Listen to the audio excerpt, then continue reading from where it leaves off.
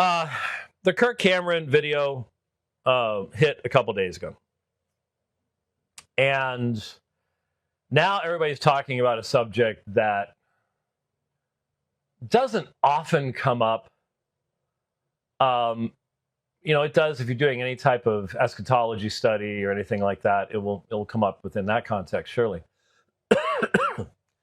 But the issue of conditionalism, annihilationism, soul sleep, there's all sorts of different names, and there's often differences between the understandings that people have and the presentations that they make and their particular arguments. And it's extremely polarizing. I mean, extremely polarizing. Just immediately, you have to hold my view on every single issue, or you're just basically a heretic. That's all there is to it. I've spoken both on universalism and conditionalism in the past. I've said many times, I really don't want to become the apologist for hell. And especially right now, with the fact that we should fairly soon be announcing this major debate next year and the topic it's on. Most people have sort of guessed it and know what's going on. I'm going to be so completely invested in that especially right now, this topic just isn't on the docket, shall we say. But I have certainly spent a lot of time on this subject in the past. And here's the comments I want to make. There are a few topics where evangelicals as a whole have embraced a traditional perspective without knowing why they have than this one. So much of the standard visualization people have of hell. I mean, if you look at the Jack Chick tracks, I'm not sure there's a Jack Chick track that does not have some kind of representation of naked people in hell. Sometimes in color, sometimes not. You don't ever see anything. They're just sort of these vague figures, but it just seems to be constantly. And, you've got devils running around with pitchforks and all this kind of stuff. And it's not a topic that gets preached on biblically very often. And so people can get away with a lot of stuff. And it's basically just communicated via tradition. There are a certain number of texts that are cited, one interpretation on one side, one interpretation on the other side. Unfortunately, most Reformed evangelicals do not approach the subject of eternal conscious punishment, whether there is a point where punishment ends, what the nature of the punishment is, duration of the punishment, character of the punishment. They do not approach this subject from a soteriological and anthropological perspective. Most people's views of hell are more informed by Dante than by the Old or New Testament together, and by, Greek tradition, honestly. There's a lot of stuff that's been influenced by Greek tradition, unfortunately.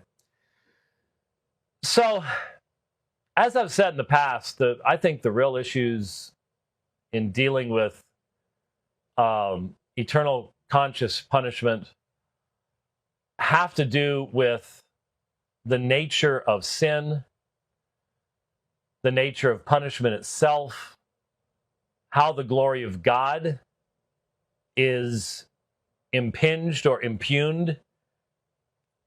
What would be the basis for the ending of punishment?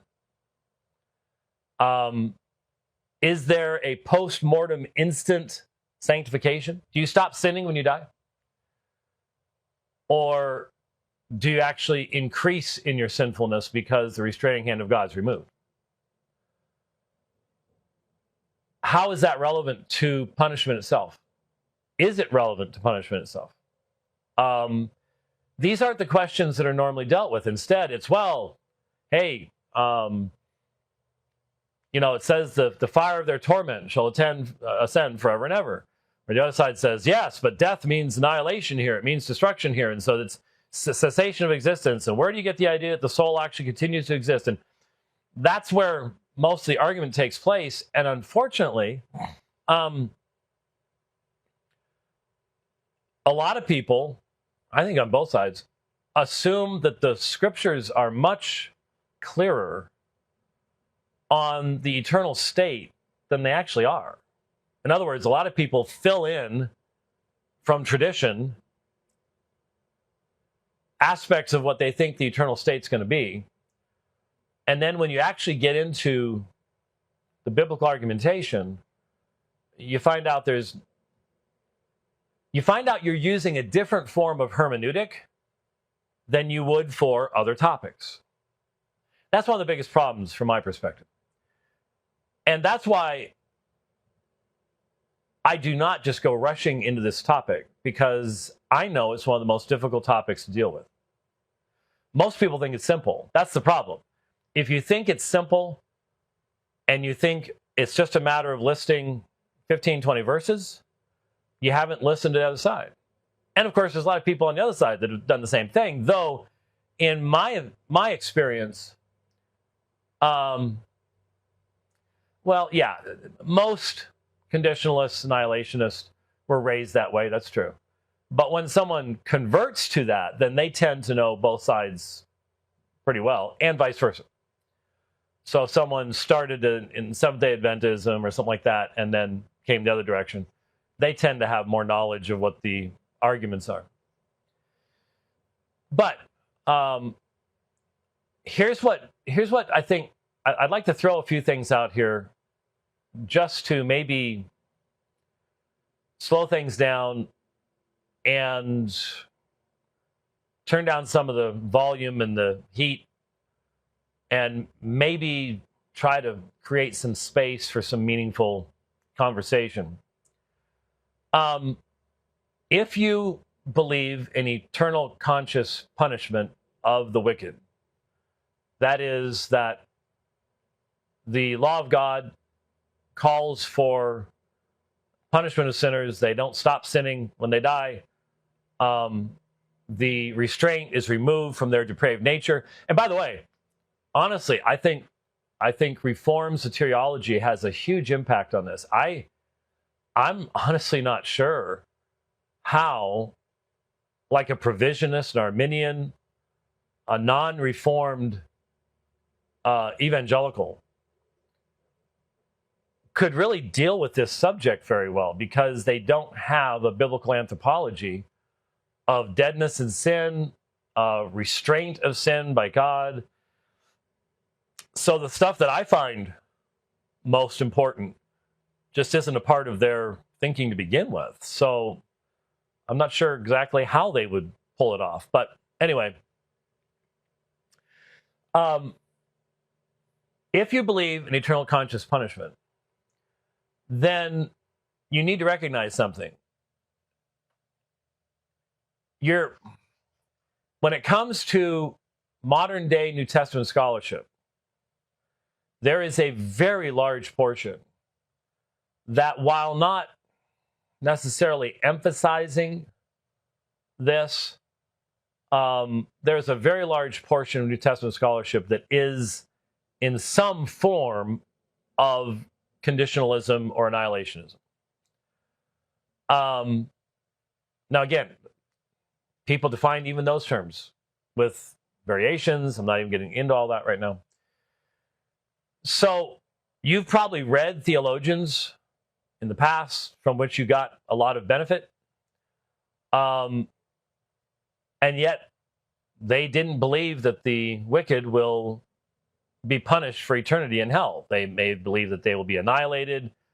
There's all sorts of gradations. I mean, all the way up to post-mortem evangelism, and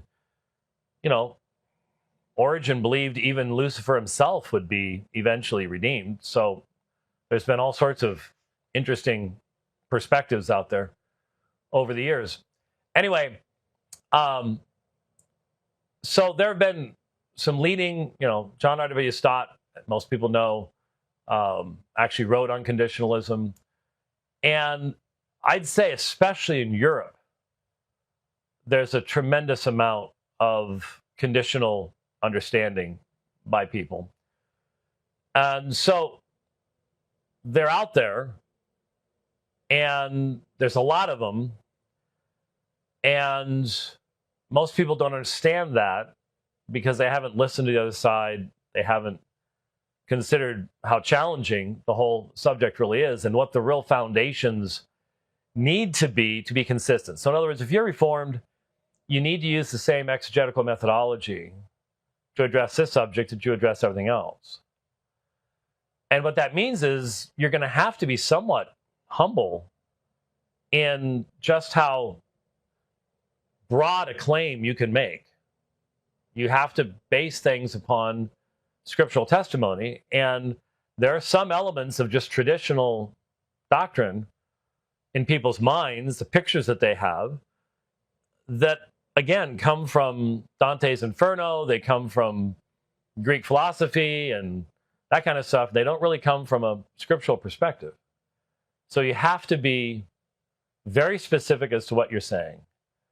And even most confessions of churches are not specific on the subject. They'll make general, broad statements, but when it comes to being very specific as to the nature of punishment, for example, a lot of people have the idea that, well, I want to go to hell because all my friends are going to be there. Hell is described as a very dark place, where there's weeping and gnashing of teeth. And I don't think you're going to be bumping into anybody. I don't think there's going to be demons running around, coming at you out of the dark and stabbing you with pitchforks that you immediately heal from and do the Wolverine thing or whatever. That's, again, Dante's Inferno. That's later traditional stuff. If I were to talk about this more fully today, which I have not had time to do, it's a long day on the road. I would speak about what I think the nature of the punishment is. And I don't think God has to expend any power to punish the evil. I don't think there's devils running around or angels running around or anything like that. I don't think it has to be, when you talk about hellfire, I don't think it has to be fire as in that physical thing. It's punishment, and it's highly unpleasant. But my anthropology tells me that when God removes his restraint from someone that hates him, and there's nothing left for that person to hate, can't express hatred toward God, can't express hatred towards creation, can't express hatred toward other creatures, then the only thing left to do is turn upon yourself. I think it is the suffering of an image bearer seeking its own self-destruction. And that's vital and central.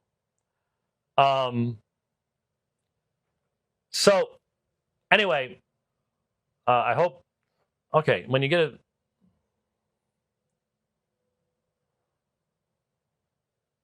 I'm gonna have to, if I mentioned who that was, you'd know why I went ahead and read that message. And it's about what we're talking about right now, but I'm not going to sit here and type out that's what we're talking about right now. I think abandoning the sinner to his own self-destruction is what the nature of punishment is. Can I prove that? Well, I don't think that there's enough evidence to prove one way or the other. I'm deriving that from the application of what I think is a sound Reformed anthropology and what the image of God indicates and things like that. I think that's an appropriate thing to do. But again, that's not the normal way that this is normally dealt with by people. It's just, well, I'll list my verses, you list your verses. If you don't agree, you're a heretic. Well, what I'm saying is this is a more important topic and a more difficult topic than 99% of people actually recognize, and should be approached in that way with great care and caution and humility. That does mean that I get really uncomfortable when people just respond in a knee-jerk fashion and just automatically, hey, if you don't agree with this formulation, or, and this is more important, with my understanding of this formulation,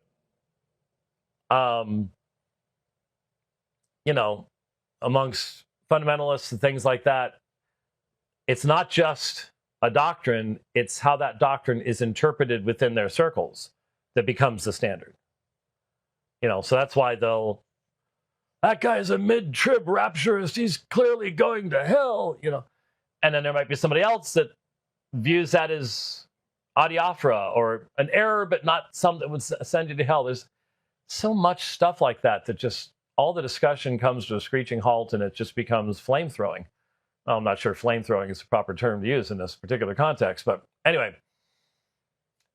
So my advice to people would be, look at things like what Dr. Peterson's written on this subject a number of years ago. I was just preaching at the church that he's an elder at. There have been discussions on this subject. Familiarize yourself with all of them.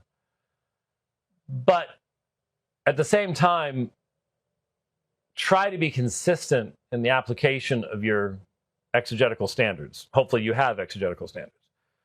And try to be consistent. Don't just kick people out of the kingdom immediately. It's important, but there's a history that a lot of people don't know. There are traditions that have infiltrated that people don't know.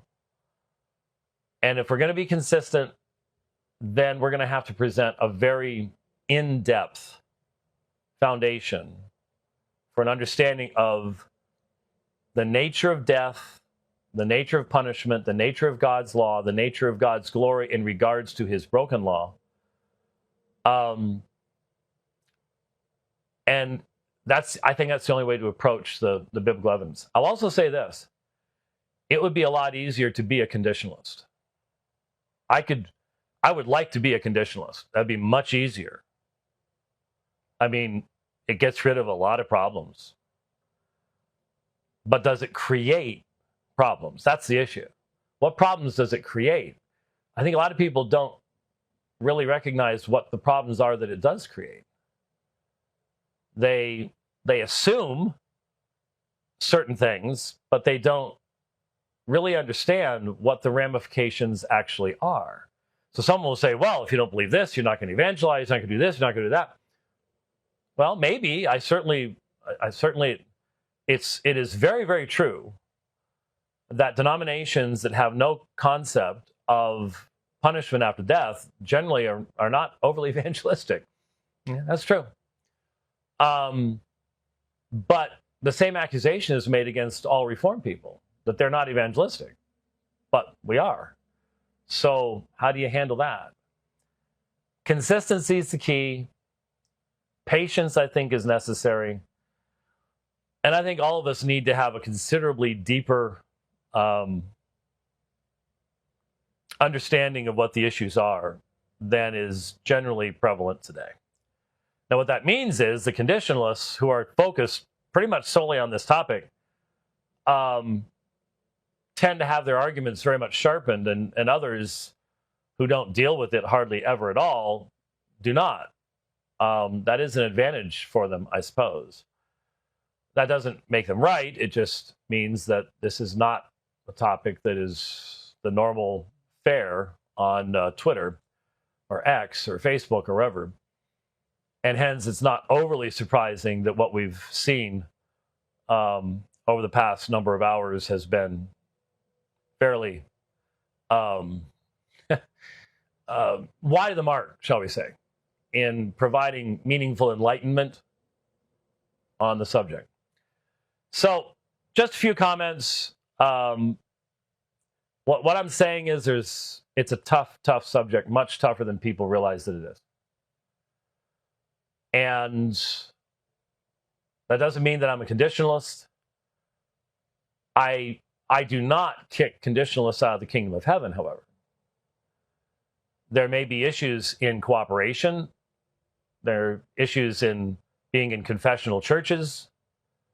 But I don't think John R.W. Stott went to hell. I don't think F.F. Bruce went to hell, even though he was somewhat agnostic, seemingly, on the subject. I think there are lots of Christians in Europe who tend to be annihilationists or conditionalists of various forms. And yeah, it's a part of a lot of cultic belief. But that's a genealogical fallacy to say, well, that means it's wrong. That's as bad as the Oneness Pentecostal guy years ago that I was debating, and he said, look at all the Roman Catholics that killed Christians, and they're Trinitarians, therefore the Trinity's false. We don't want to argue that way. That's not the way we need to go. So basically what I'm calling for is recognize this is a much more challenging topic than people recognize that it is. I've hoped and prayed that someone younger with more energy and time than me, from a reform perspective, would take up this challenge and write fully on it and engage with the people that are out there, both those who have passed away and those who are currently presenting this stuff, and to provide that kind of consistent response. I could foresee, upon completion of this major work that I think has significantly wider implications and application, that maybe that would be something that I could do in the future, but